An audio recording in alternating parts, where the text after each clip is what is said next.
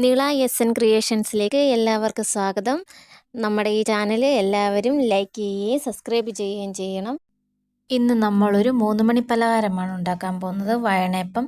അതിനാദ്യം ഇച്ചിരി ഗോതമ്പ് പൊടി എടുത്ത് നന്നായി ഇച്ചിരി ഉപ്പിട്ട് നന്നായി കുഴച്ചെടുക്കണം.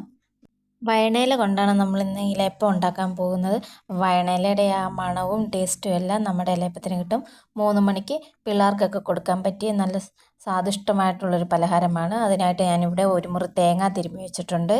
അതിൻ്റെ കൂടെ നല്ല ശർക്കര നന്നായി ചീകി ഒരു 2 3 കഷ്ണം ഏലക്കയും കൂടിയിട്ട് വേണം എടുക്കാൻ.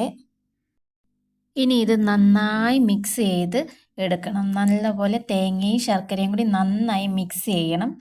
അതിന് ശേഷം വേണം നമുക്ക് ഇലയട ഉണ്ടാക്കാനായിട്ട്.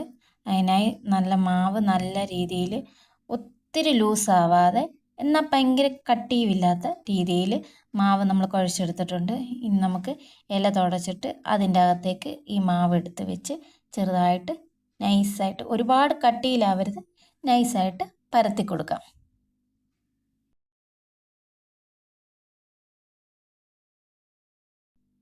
പരത്തിയതിന് ശേഷം നമ്മൾ നേരത്തെ റെഡിയാക്കി വെച്ചേക്കുന്ന മിക്സ് എടുത്ത്, തേങ്ങയുടെയും ശർക്കരയുടെയും മിക്സ് എടുത്ത് നമുക്ക് നമ്മുടെ മധുരത്തിന് ആവശ്യമായിട്ട് ഇതിൻ്റെ അകത്ത് ഫില്ല് ചെയ്ത് കൊടുക്കുക. അപ്പോൾ പിള്ളേർക്കൊക്കെ ആകുമ്പം നല്ല രീതിയിൽ മധുരം വെച്ച് കൊടുത്താൽ പിള്ളേർക്ക് ഒരുപാട് ഇഷ്ടപ്പെടും. അപ്പം നമുക്ക് ആവശ്യമുള്ളത്രയും മധുരം വെച്ചിട്ട് അത് നന്നായി അടച്ച്, ഇനി അത് ഇളകിപ്പോകാതിരിക്കാൻ, ആവി തട്ടുമ്പോൾ ഇളകിപ്പോകാതിരിക്കാൻ ഒരു ചെറിയൊരു ഈർക്കിൽ കൊണ്ട് അതിൻ്റെ മുകൾ ഭാഗം ഒന്ന് കുത്തി ഇഡലി കുട്ടകത്തിലേക്ക് ഇത് വയ്ക്കാം.